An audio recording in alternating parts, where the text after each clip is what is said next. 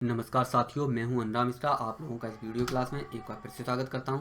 साथियों, हम लोग जो बात करने वाले हैं वो है आपका बायोलॉजी यानी कि जीव विज्ञान। और जीव विज्ञान का ये चैप्टर नंबर जो है वो है आपका चैप्टर नंबर 5। और इसमें जो हम बात करने वाले हैं वो है कोशिका की संरचना। और कोशिका की संरचना का ये भाग जो है वो नंबर 2 है। इससे पहले एक पार्ट हम कोशिका की संरचना के बारे में बात कर चुके हैं, जैसे कोशिका भित्ति हो गया, कोशिका प्लाज्मा हो गया, ठीक है, कोशिका झिल्ली, कोशिका भित्ति, इस तरह से प्लाज्मा हो गया। इस तरह से हम कुछ जो इसके अंग थे उसके बारे में हम बात कर चुके हैं। तो आइए इसमें एक नज़र डालते हैं हम क्या क्या पढ़ने वाले हैं।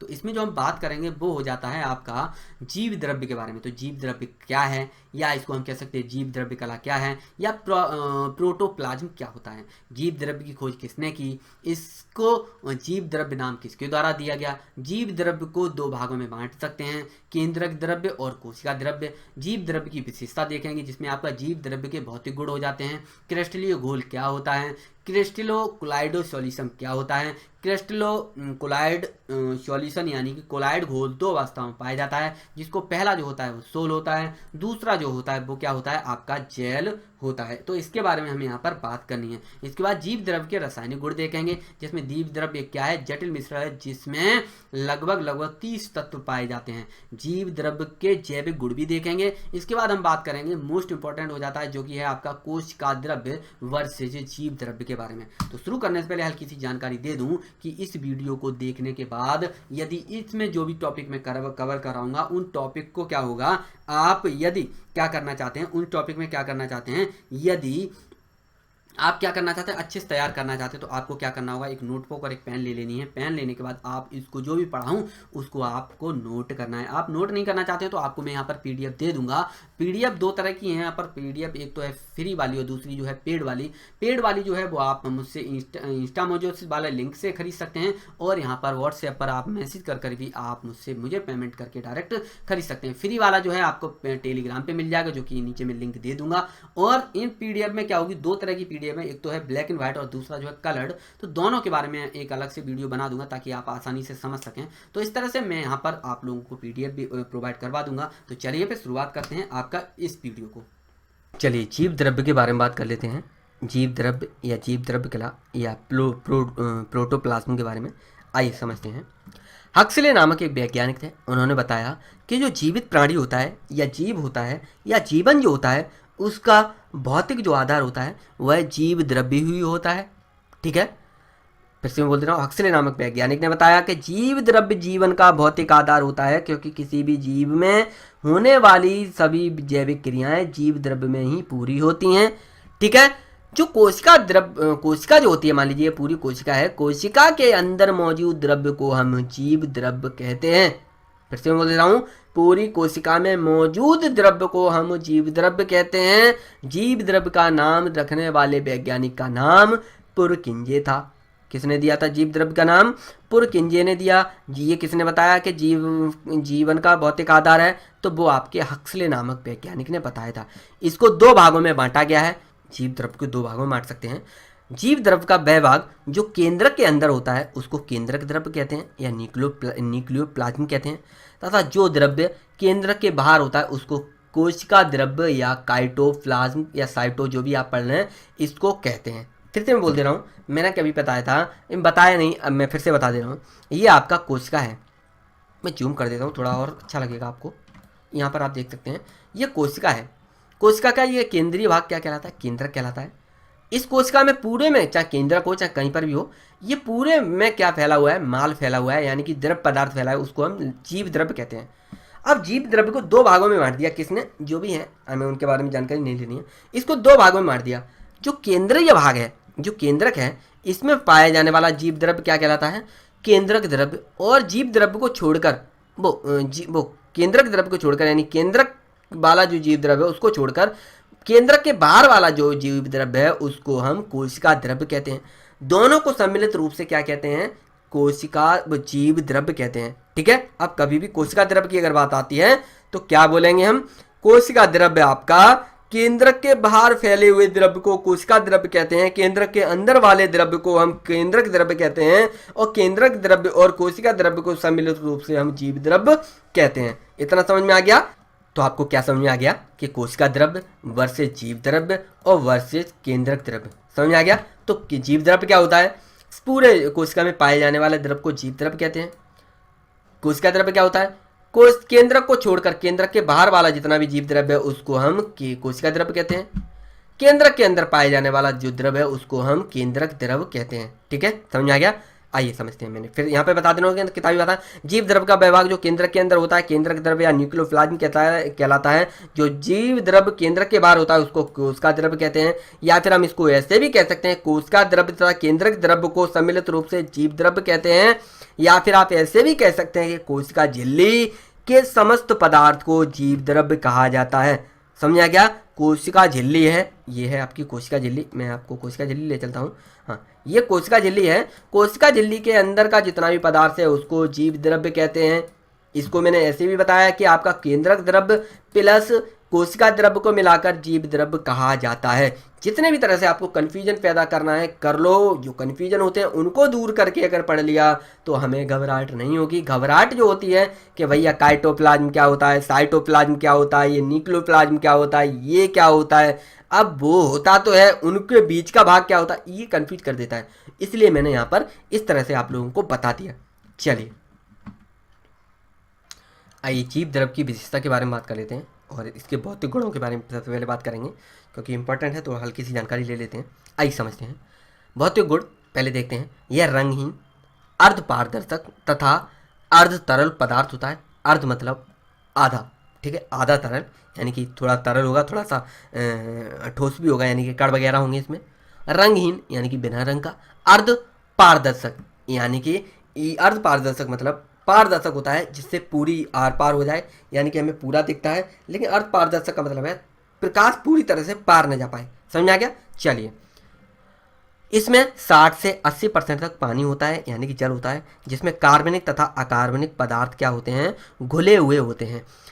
इस जीव द्रव्य में चीनी यानी कि ग्लूकोज यानी कि शर्करा, नमक तथा अन्य खनिज जो लवण हैं घुले हुए होते हैं जो कि अणु या आयन के रूप में रहते हैं। इस प्रकार के घोल को क्रिस्टलीय घोल कहते हैं। क्रिस्टल मतलब आप लोगों को पता है कण वगैरह होते हैं, क्रिस्टल वगैरह, तो उसमें क्रिस्टल होते हैं, ये कण होते हैं, इसमें आयन के या फिर अणु होते हैं। ठीक है, तो इसके लिए हम इसको कहते हैं क्रिस्टलीय घोल कहते हैं।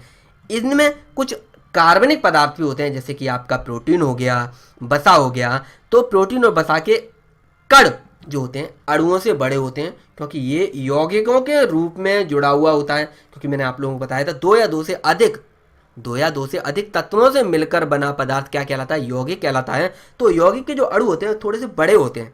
समझ में आ गया। यौगिकों के रूप में जुड़ा होता है इसलिए बड़े होते हैं, इसलिए इसके अणुओं से कण क्या होता है, थोड़ा सा बड़ा होता है। इस प्रकार के घोल को कोलाइड घोल कहते हैं। किसमें, जिसमें कार्बनिक पदार्थ घुले हुए हैं ना, उसको हम क्या कहते हैं, कोलाइड घोल कहते हैं।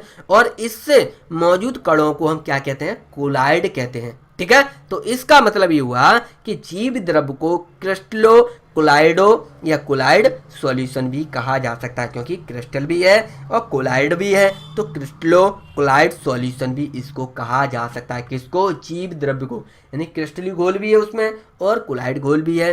ठीक है, तो दोनों को सम्मिलित रूप से क्या कहा गया, क्रिस्टलो कोलाइड सॉल्यूशन। ठीक है, कोलाइड सॉल्यूशन। चलिए नेक्स्ट समझते हैं। तो आइए देखते हैं कोलाइड घोल के बारे में बात कर लेते हैं। तो कोलाइड घोल जो है वह दो अवस्था में पाया जाता है और ये एक दूसरे से आसानी से बदल जाते हैं। यानी कि जो कोलाइड का जो मान लीजिए ये मीठा है, ये पतला है, वो मीठा है और ये खट्टा है, तो खट्टा मीठा हो जाता है, मीठा खट्टा हो जाता है। एग्जाम्पल है, मतलब खट्टे मीठे नहीं होते हैं लेकिन खट्टा मीठा एक दूसरे में बदल जाते हैं। ऐसे जो सोल है कभी जेल बन जाता है, जेल है कभी सोल बन जाता है। तो आइए देखते हैं। सबसे पहला जो विलयन है उसको हम कहते हैं सोल, यानी कि पहला जो घोल है उसको सोल कहते हैं। यह अर्ध तरल अवस्था में रहता है। इसमें घुले हुए कार्बनिक पदार्थ के जो अणु होते हैं वह एक दूसरे से क्या होते हैं, दूर बिखरे रहते हैं। यानी कि यहाँ पर देख सकते हैं सोल में जो कार्बनिक अणु हैं, ये मान लीजिए ये अणु हैं, ये एक दूसरे से दूर बिखरे रहते हैं। जब ये दूर जाते हैं तो क्या होते हैं, ये एक दूसरे से टकरा जाते हैं। फिर से बोलता हूँ, सोल के कण एक दूसरे से टकराकर इधर उधर गति करते हैं, इसको हम ब्राउनी गति कहते हैं। यहाँ पर आप देख सकते हैं कि जो कण हैं ये एक दूसरे से जब टकरा रहे हैं तो क्या कर रहे हैं, ये गति कर रहे हैं और इस गति को हम क्या कहते हैं, ब्राउनी गति कहते हैं। इस गति के कारण जीव द्रव्य के जो अणु होते हैं सोल वाले, वो कभी भी नीचे नहीं बैठ पाते। ठीक है, दूसरा जो विलयन है उसको हम कहते हैं जेल। यह गाढ़ा तथा अर्ध ठोस होता है, यानी कि सोल जो होता है तरल होता है, लेकिन जो जेल होता है वह गाढ़ा तथा अर्ध ठोस होता है। अर्ध ठोस का मतलब इसमें कुछ क्रिस्टल वगैरह, कुछ अणु वगैरह पाए जाते हैं, ठीक है। तो इसमें क्या होता है, कार्बनिक अणु एक दूसरे से जुड़े हुए होते हैं। सोल में क्या होता है, कार्बनिक जो अणु होते हैं वो एक दूसरे से दूर जाते हैं, जब दूर जाते हैं तो वो एक दूसरे से टकराकर ब्राउनी गति करते हैं। जबकि जेल क्या होता है, जेल में कार्बनिक जो अणु होते हैं वह एक दूसरे से चिपके हुए होते हैं, ठीक है। चलिए, ये हो गया भौतिक गुण। आइए समझते हैं रासायनिक गुणों के बारे में। ये यहाँ पर कोशिका का देख सकते हैं, ये आकृति कोशिका ही है। इस तरह से ये सांसें लेती हैं। ये करीब 1 से 1.5 लाख गुना बड़ा होगा, तब इतना साफ दिख पा रहा है। चलिए देखते हैं, रासायनिक गुण के बारे में बात कर लेते हैं। जीव द्रव्य के बारे में बात हो रही है। जीव द्रव्य मैंने फिर से रिवीजन करा दूं, क्या जीव द्रव्य होता है। ये पूरी कोशिका में जो भी द्रव्य होता है उसको जीव द्रव्य कहते हैं, यानी तरल पदार्थ जो होता है उसको जीव द्रव्य कहते हैं।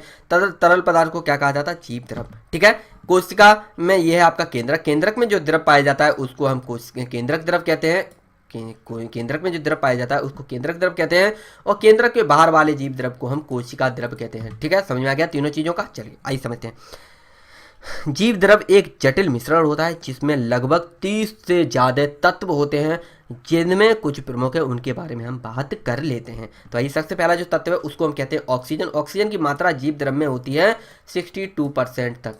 ये एक अकार्बनिक पदार्थ है। कार्बन की बात की जाए तो कार्बन जो है 20% है, ये पूरी दुनिया जानती होगी। ये कार्बन जो होता है एक कार्बनिक पदार्थ हो गया।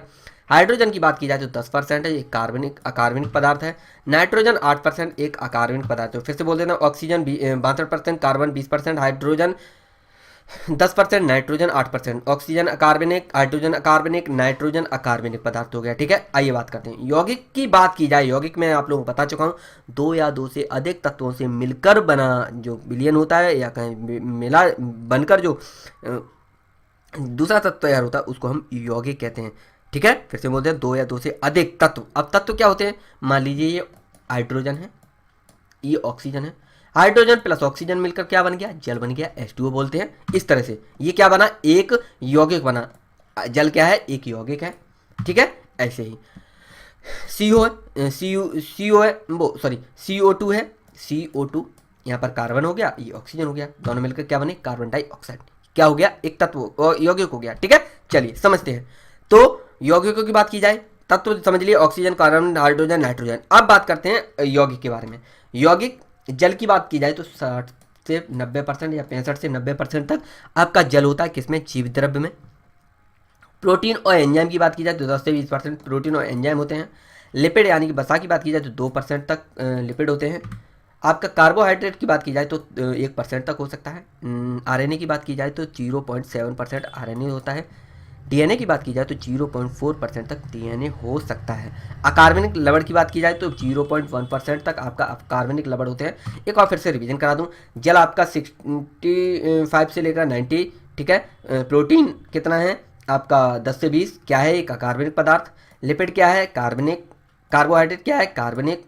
प्रोटीन और एंजाइम क्या बताया मैंने, कार्बनिक, लिपिड, कार्बनिक, कार्बोहाइड्रेट, कार्बनिक, ठीक। RNA और DNA और अकार्बनिक लवण कितने होते हैं, 0.1%। चलिए, मैंने बताया अभी थोड़ी देर पहले कि ये कोशिका होती है। कोशिका में जो भी द्रव्य पाया जाता है उसको जीव द्रव्य कहते हैं। जीव द्रव्य में कोशिका में जो यहाँ पर एक होता है केंद्रक, केंद्रक में पाए जाने वाला द्रव्य को हम केंद्रक द्रव्य कहते हैं। केंद्रक द्रव्य के बाहर का जितना भी द्रव्य होता है उसको हम कोशिका द्रव्य कहते हैं। समझ में आ गया, कंफ्यूजन नहीं होगा, इसलिए मैं एक बार रिवीजन करा देता हूँ, किसी को बुरा लगे तो उसके लिए सॉरी। चलिए समझते हो कोशिका द्रव्य के बारे में। यह कोशिका का एक बहुत बड़ा भाग होता है जो कि कोशिका झिल्ली या कोशिका कला से घिरा हुआ होता है। अब भैया कोशिका कला कौन सी होती है, ये एक चीज मान लीजिए पूरी कोशिका है। कोशिका का जो लास्ट जो होता है ये क्षेत्र, इसको हम कोशिका कला या कोशिका झिल्ली कहते हैं, ठीक है। इसमें घिरा हुआ सारा पदार्थ क्या कहलाता है, कोशिका द्रव्य कहलाता है। लेकिन किसको छोड़कर, केंद्रक द्रव्य को छोड़कर, ठीक है। फिर से मैं बोलते हैं कोशिका का एक बहुत बड़ा भाग होता है जो कि कोशिका झिल्ली या कोशिका कला से घिरा हुआ होता है। इसमें एंजाइमों की मात्रा कुछ अच्छी खासी होती है। एंजाइम हम बिकर भी इसको कह देते हैं। एंजाइम की मात्रा कुछ अच्छी खासी होती है। इसमें कोशिकाओं के बहुत से घटक होते हैं जिन्हें हम कोशिकांग कहते हैं। फिर से बोल देता हूँ, कोशिकाओं में यानी कि जो आपका कोशिका द्रव्य होता है इसमें बहुत सारे घटक होते हैं जिनको हम कोशिकांग कहते हैं। कोशिकांग जैसे कि आपका हो गया गोल्जी काय हो गया, तारक लाइन काय हो गया, तारक काय हो गया, आपका माइटोकॉन्ड्रिया हो गया, ये आपके क्या है, कोशिकांग है, यानी कोशिका के अंग, ठीक है। जैसे कि अनुरांग तो अनुराग के अंग, ठीक समझ आ गया ना। तो कोशिकांग, कोशिका के अंग। चलिए, तो साथियों मुझे उम्मीद है आपको ये जो वीडियो है वो पसंद आया होगा। तो इसी तरह से आप डटे रहें, लगे रहें और सपोर्ट बनाए रखें। उम्मीद करता हूँ आप लोगों का बेड़ा जो है पार हो जाएगा। तो चलिए फिर अगली वीडियो में मिलते हैं, तब तक के लिए नमस्कार, जय हिंद और वंदे मातरम।